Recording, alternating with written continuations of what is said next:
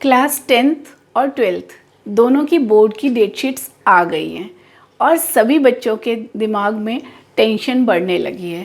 टक टक टक टक, जैसे जैसे टाइम पास आएगा टेंशन बढ़ती जाएगी। अब क्यों ना हो, बोर्ड का नाम ही इतना बड़ा है कि सभी बच्चों को डर लगता है और ख़ास तौर से जो लोग पहली बार बोर्ड का पेपर दे रहे हैं उनके लिए बहुत स्ट्रेसफुल होने लगता है। अब स्कूल वाले बच्चों की तैयारी के लिए प्री बोर्ड्स के एग्ज़ाम्स करवा रहे हैं और घर में पेरेंट्स भी बहुत टेंशन में हैं। वो भी कहते हैं बच्चों को सारा दिन पढ़ो पढ़ो पढ़ो, लेकिन सिर्फ पढ़ना और एग्ज़ाम के लिए बैठ जाना ये नहीं है। हर चीज़ के लिए एक स्ट्रेटेजी डेवलप करनी पड़ती है, चाहे वो एग्ज़ाम क्लियर करना है या लाइफ में कोई और बड़ा काम जो आप आगे जाने के बाद आगे करेंगे। तो बोर्ड के एग्ज़ाम्स के लिए तैयारी करने के लिए एक दो छोटी छोटी बातें आज मैं शेयर करूँगी। अब सबसे पहले हम देखते हैं जो बच्चे प्री बोर्ड्स के एग्ज़ाम्स दे रहे हैं, मोस्टली सभी बच्चों के साथ एक कॉमन प्रॉब्लम आती है। पेपर बहुत बड़ा है, टाइम कम पड़ गया। मुझे तो सारा आता था लेकिन टाइम कम पड़ गया। अब सोचने की बात ये है कि क्या बोर्ड वाले जो एग्ज़ामिनर्स हैं वो पेपर सच में इतना लेंथ बनाते हैं कि बच्चे उसको पूरे टाइम में पूरा ना कर पाएँ, या वजह कुछ और है। सभी बच्चे इसके लिए एक चीज़ करके देख सकते हैं। आप कोई एक डिफ़िकल्ट सब्जेक्ट का एक पेपर उठाएं, उस पेपर के क्वेश्चन 1 से लेके लास्ट तक सारे क्वेश्चन एक एक करके आप पूरे क्वेश्चंस लर्न कर लो, पूरा अच्छी तरह से लर्न कर लो, पूरा टाइम देके। और उसके बाद क्वेश्चन पेपर लेकर बैठो, टाइमर लगाओ और पूरा पेपर 3 घंटे में सॉल्व करने की कोशिश करो।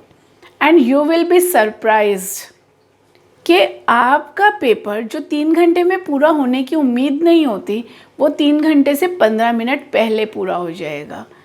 बिल्कुल आराम से और बहुत अच्छी तरह से आप उसे लिख पाओगे।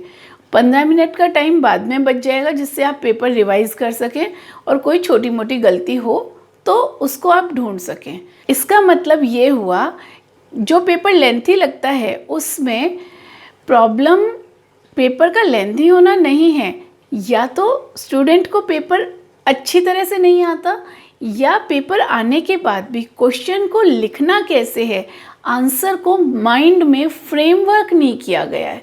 जब आप उसी टाइम आंसर फ्रेम करते हैं तो वो उतनी अच्छी तरह से नहीं हो पाता और उसको लिखने में टाइम ज़्यादा लग जाता है और पेपर लेंथी लगता है। तो इस तरह से आप हर सब्जेक्ट के 3-4 क्वेश्चन पेपर्स लर्न करो। पूरा लर्न होने के बाद 3 घंटे का टाइमर लगा के आप पेपर को सॉल्व करो। हर सब्जेक्ट में ये चीज़ आपको काम करेगी। मैथमेटिक्स है तो सारे क्वेश्चन सॉल्व करो, फिज़िक्स केमिस्ट्री है तो न्यूमेरिकल्स, बायो है डायग्राम्स बनाने हैं तो वो आपकी डायग्राम्स की प्रैक्टिस पूरे अच्छे से पहले से होनी चाहिए। और फिर आप 3-3 पेपर्स सॉल्व करके देखो, आराम से पेपर पूरे हो जाएंगे and you will be confident. जब आप एग्ज़ाम में जाएंगे तो आपको पता होगा कि ये पेपर आप एग्ज़ाम में कंप्लीट कर सकते हैं। इसलिए पैनिक होने की कोई ज़रूरत नहीं है, टेंशन की ज़रूरत नहीं है। दूसरी चीज़ एक और आप कर सकते हैं, वो ये है कि जब आप ये प्रैक्टिस के लिए क्वेश्चन पेपर सॉल्व कर रहे हैं, उनको एक नोटबुक में या किसी अलग जगह पेपर्स में, फोल्डर में कहीं पे लिख के करें, क्योंकि एग्ज़ाम से पहले दिन जब आप रिवीज़न कर रहे होंगे तब आप अपने प्रिपेयर्ड आंसर्स को एक बार फिर से रिवाइज़ कर लो। उससे आपके कुछ क्वेश्चंस जो बहुत अच्छे वेल प्रिपेयर्ड हैं वो आपको रिवाइज़ करने में बहुत कम टाइम लगेगा। और दूसरा, जब आप पेपर करेंगे तो हो सकता है 5-10 क्वेश्चंस इन्हीं में से रिपीट होके आपके फाइनल पेपर में आ जाएं, उनको आपको करना बहुत आसान हो जाएगा। तो आप ये करके देखो। अगर आपको ये तरीका अच्छा लगता है तो आप इसे ज़रूर फॉलो करो।